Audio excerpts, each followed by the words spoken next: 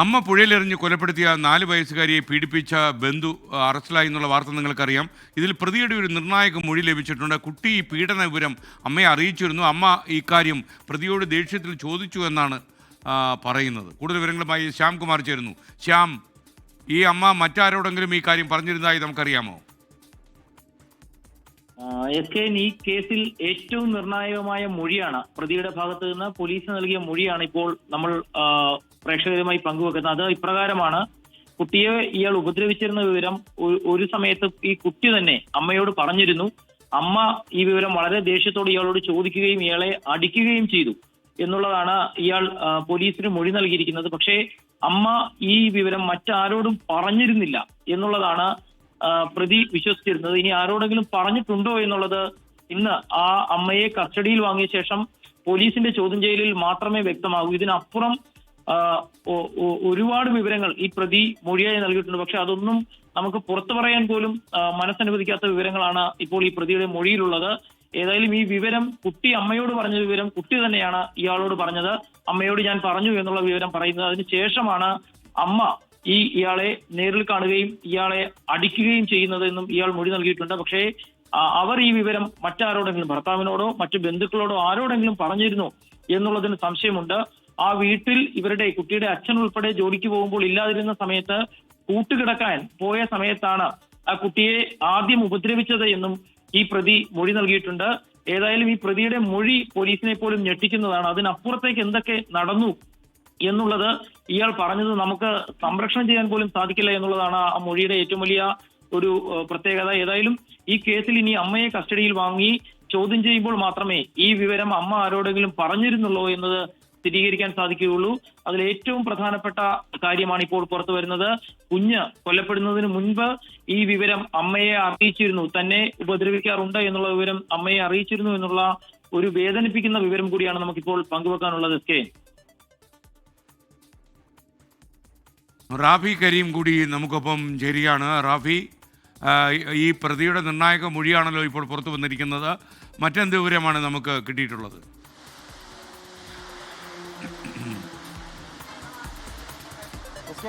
നേരത്തെ നമുക്ക് ലഭിച്ചിരുന്ന ഈ പ്രതി കുറ്റം സമ്മതിച്ചുകൊണ്ട് നിർണായകമായ വിവരങ്ങൾ പോലീസിന് കൈമാറിയിട്ടുണ്ട് എന്നുള്ളത്. അതിലേറ്റവും പ്രധാനപ്പെട്ടതാണ് ഈ കുട്ടി നിരന്തരമായി കുറച്ച് വർഷങ്ങളായി പീഡനത്തിനിരയായിരുന്നു എന്നുള്ളത്. 2.5 വയസ്സ് മുതൽ ഈ കുട്ടി പീഡനത്തിനിരയായിരുന്നു എന്നുള്ളത് ഈ പ്രതി സമ്മതിക്കുന്നുണ്ട്. ഒപ്പം തന്നെ ഈ കുട്ടിയെ രാത്രിയിൽ പ്രതിയോടൊപ്പമായിരുന്നു ഉറങ്ങിയിരുന്നത്. ആ സാഹചര്യത്തിലായിരുന്നു കുട്ടിയെ പീഡിപ്പിച്ചിരുന്നത്. ഈ വിവരങ്ങൾ പ്രതി നേരത്തെ തന്നെ പോലീസിനോട് പറഞ്ഞിരുന്നു. ആദ്യം ഈ പ്രതി പോലീസിനോട് കുറ്റം സമ്മതിക്കുമ്പോൾ പറയുന്നത് പറ്റിപ്പോയി എന്നാണ്, ഒരു വട്ടം എന്നുള്ളതാണ് പറയുന്നത്. പിന്നീട് ശാസ്ത്രീയ തെളിവുകളുടെ അടിസ്ഥാനത്തിൽ ഈ സർജൻ ഡോക്ടർ, അതായത് ഈ പോസ്റ്റ്മോർട്ടം നടത്തിയ ഫോറൻസിക് സർജൻ പോലീസിന് നൽകിയ വിവരങ്ങളുടെ അടിസ്ഥാനത്തിൽ നടത്തിയ ചോദ്യം ചെയ്യലിലാണ് നിരന്തരമായുള്ള പീഡനത്തിൻ്റെ വിവരങ്ങൾ, ഈ കുട്ടിയെ നിരന്തരമായി പീഡിപ്പിച്ചു എന്നുള്ള വിവരങ്ങൾ പോലീസിനോട് പ്രതി സമ്മതിക്കുന്നത്. ഈ പ്രതിക്ക് ഏറ്റവും അനുകൂലമായ ഒരു സാഹചര്യം ഉണ്ടായിരുന്നത് ഈ അച്ഛൻ വീട്ടിലില്ലാത്ത സമയത്ത് ഈ അമ്മയോടൊപ്പം അവിടെ ഈ കുട്ടിയുടെ വീട്ടിൽ ഈ പ്രതി കൂട്ടുകിടക്കാൻ പോകുമായിരുന്നു. ഈ സാഹചര്യങ്ങളെല്ലാം പ്രതി ദുരുപയോഗം ചെയ്തു. ഒപ്പം തന്നെ ഈ കുട്ടിയുമായി ഏറ്റവും സുരേഷിന് വളരെ പെട്ടെന്ന് നമ്മളോട് ഒരു വിവരം അറിയിക്കാനുണ്ട്. വിഷ്ണു, പറയൂ.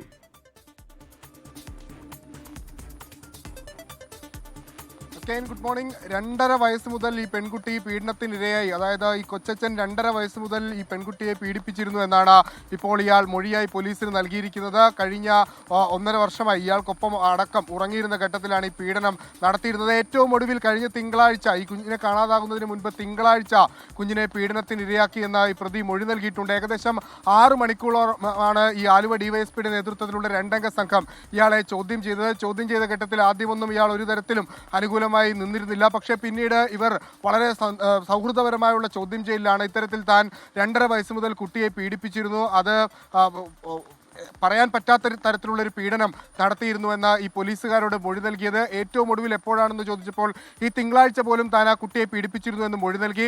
അതിനുശേഷം കുട്ടിയുടെ മരണവുമായി ബന്ധപ്പെട്ടൊക്കെ ഈ അച്ഛനൊപ്പം നിൽക്കുന്ന ഇയാളെ ചിത്രങ്ങളടക്കം നമ്മൾ കണ്ടതാണ്. കുട്ടിക്ക് വേണ്ടി കരയുന്നത്, കുട്ടിക്ക് വേണ്ടി സംസാരിക്കുന്നതൊക്കെ നമ്മൾ കണ്ടതാണ്. അതെല്ലാം താൻ ചെയ്ത ഈ കുറ്റം മറച്ചു വെക്കാനാണെന്നുള്ള കാര്യത്തിലൊരു തർക്കവുമില്ല. ഈ കുഞ്ഞുങ്ങൾ വീട്ടിൽ എത്രത്തോളം സേഫാണ് എന്നൊരു ചോദ്യം കൂടി ഈ കൊലപാതകവുമായി ബന്ധപ്പെട്ട് ഉയരുന്നു. വണ്ടിപ്പെരിയാർ വണ്ടിപ്പെരിയാറിൽ 6 വയസ്സുകാരി കൊല്ലപ്പെട്ടപ്പോൾ അതിന്റെ പോസ്റ്റ്മോർട്ടം റിപ്പോർട്ടിൽ 3 വയസ്സ് മുതൽ ആ പെൺകുട്ടി പീഡനത്തിനിരയായി എന്ന വാർത്തകൾ പുറത്തു വന്നിരുന്നു. ഏറ്റവും ഒടുവിൽ ആലുവയിൽ 4 വയസ്സുകാരി പീഡനത്തിനിരയായി കൊല്ലപ്പെട്ടു. ആലുവയിൽ തന്നെ തൊട്ടടുത്ത് കിടന്ന മാതാവിനൊപ്പം തൊട്ടടുത്ത് കിടന്ന പെൺകുട്ടിയെ എടുത്തുകൊണ്ടുപോയി പീഡിപ്പിച്ച് ഉപേക്ഷിക്കുന്ന സാഹചര്യമുണ്ടായി. പെരുമ്പാവൂരിൽ 3 വയസ്സുകാരിക്ക് നേരെ പീഡനമുണ്ടായി. ഇതെല്ലാം ഏറ്റവും അവസാനത്തേത് നമ്മൾ ആവർത്തിച്ച് പറയുന്നതിനിടയിലാണ് തിരുവാങ്കുളത്ത് ഈ 4 വയസ്സുകാരിയെ പുഴയിലെറിഞ്ഞ് മാതാവ് കൊലപ്പെടുത്തി. അതുമായി ബന്ധപ്പെട്ട് നടത്തിയ പോസ്റ്റ്മോർട്ടത്തിൽ ഈ പെൺകുട്ടി 2.5 വയസ്സ് മുതൽ വീട്ടിൽ തൻ്റെ അച്ഛൻ്റെ സഹോദരനാൽ പീഡിപ്പിക്കപ്പെട്ടു എന്ന വാർത്ത പുറത്തു വരുന്നത്. ഇതൊരു ആദ്യം ഒരു മിസ്സിംഗ് കേസായി രജിസ്റ്റർ ചെയ്യുന്നു, പിന്നീട് ഒരു കൊലപാതക കേസായി മാറുന്നു. ഇപ്പോൾ ഇതാ ഒരു പോക്സോ കേസിന്റെ സ്വഭാവത്തിലേക്ക് കാര്യങ്ങൾ എത്തിയിരിക്കുന്നു.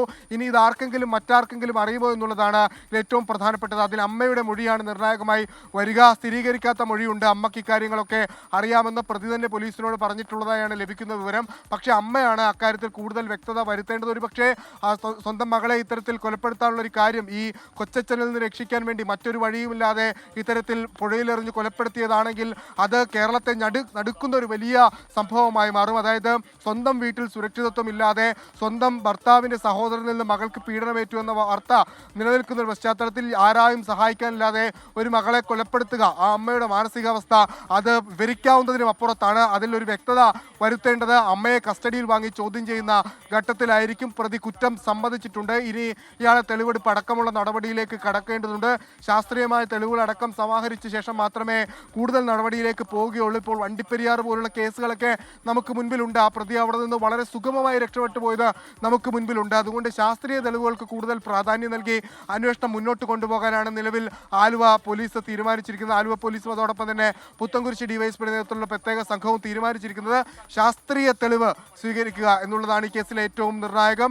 പ്രതി, അതായത് സംരക്ഷണം ഒരുക്കേണ്ട പ്രതി, കുട്ടിയുടെ വിശ്വാസവും അതോടൊപ്പം തന്നെ കുട്ടിയുടെ സ്നേഹവും ഒക്കെ മുതലെടുത്ത് കഴിഞ്ഞ 1.5 വർഷമായി, ഏകദേശം 2 വർഷത്തോളം അടുത്ത് ഈ പെൺകുട്ടിയെ പീഡിപ്പിക്കുന്നു. 2.5 വയസ്സ് എന്ന് പറയുമ്പോൾ ആ പ്രായം നമുക്ക് ആലോചിക്കാവുന്നതേ ഉള്ളൂ. ഗുട്ടച്ചും ബാറ്റച്ചും ഒക്കെ പഠിപ്പിച്ചു വരുന്നത് പോലും 6-ാം വയസ്സിലാണ്. അതിനു മുൻപാണ് ഈ പ്രതി ഇത്തരത്തിൽ ഈ കുട്ടിയുടെ വിശ്വാസതയും സ്നേഹവും ഒക്കെ കവർന്നെടുത്തുകൊണ്ട് രാത്രി അയാൾക്കൊപ്പം കിടക്കാൻ വിളിച്ചുകൊണ്ട് ആ കുട്ടിയുടെ സ്വകാര്യ ഭാഗങ്ങളിലടക്കം മുറിവേൽപ്പിക്കുന്ന സാഹചര്യത്തിലേക്ക് പോയത്. അതിൻ്റെ ഒരു ജാള്യതയും ഇല്ലാതെ ആ കുട്ടിയുടെ മരണച്ചടങ്ങിൽ പങ്കെടുക്കുകയും ആ കുട്ടിക്ക് വേണ്ടി കരച്ചിൽ പൊഴിക്കുകയും ചെയ്ത ആ ഇളയച്ചനെ നമ്മൾ കണ്ടതാണ്. അയാൾക്ക് പരമാവധി ശിക്ഷ ഈ കേസുമായി ബന്ധപ്പെട്ട് ഉറപ്പിക്കേണ്ടത് അനിവാര്യമാണ്. കൊലപാതക കേസ് മറ്റൊന്നാണ്, പക്ഷേ അതിനും അപ്പുറത്താണ് ഈ വിശ്വാസ്യതയും ഈ കുട്ടിയുടെ അറിവില്ലായ്മയൊക്കെ ചൂഷണം ചെയ്തുള്ള ഈ പീഡനം. അയാൾക്ക് പരമാവധി ശിക്ഷ ഉറപ്പിക്കാനുള്ള നടപടികൾ പോലീസിന്റെ ഭാഗത്തുനിന്ന് ഉണ്ടാകുമെന്നുള്ള കാര്യത്തിൽ ഒരു തർക്കവുമില്ല.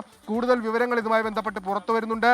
കുട്ടി ചില ശാരീരിക ബുദ്ധിമുട്ടുകൾ നേരത്തെ നേരിട്ടതായി കുട്ടിയുടെ ടീച്ചർ പറഞ്ഞിരുന്നു എന്നാണ് നമുക്ക് ലഭിക്കുന്ന വിവരം. പക്ഷേ അത് അതായത് ഈ മൂത്രാശയത്തിലെ രോഗങ്ങളുമായി ബന്ധപ്പെട്ടുള്ള ഒരു കാര്യമായി അവഗണിച്ച് തള്ളിയിട്ടുണ്ടോ എന്നുള്ള കാര്യത്തിലടക്കം പരിശോധനകൾ വേണം.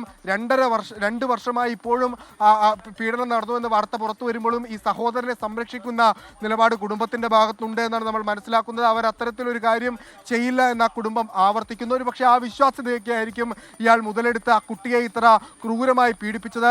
കേരളത്തിലെ വീടുകളിൽ കുഞ്ഞുങ്ങൾ സേഫാണോ എന്നൊരു ചോദ്യം നേരത്തെ ഞാൻ ചോദിച്ചതുപോലെ ഉയരുകയാണ്. വണ്ടിപ്പെരിയാറ്, അതോടൊപ്പം തന്നെ വാളയാറ്, ആലുവയിൽ വീട്ടിൽ നിന്ന് എടുത്തുകൊണ്ടുപോയി പീഡിപ്പിച്ച 2 വിഷയങ്ങൾ, അങ്ങനെ അത്തരത്തിൽ നിരന്തരം ഇത്തരത്തിൽ കുട്ടികൾക്കെതിരെയുള്ള അതിക്രമങ്ങൾ വർദ്ധിച്ചു വരികയാണ്. അതിന് ശക്തമായൊരു ഇടപെടൽ കൂടി ഈ വിഷയവുമായി ബന്ധപ്പെട്ട് വേണം. ഇത് അവസാനത്തേതെന്ന് പറയുമ്പോൾ അതിൽ അത്രയേറെ ആത്മാർത്ഥതയോടുകൂടി പറയാൻ നമുക്കാകണം. എസ് കെ വിഷു സുരേഷാണ് വിവരങ്ങൾ നൽകിയത്.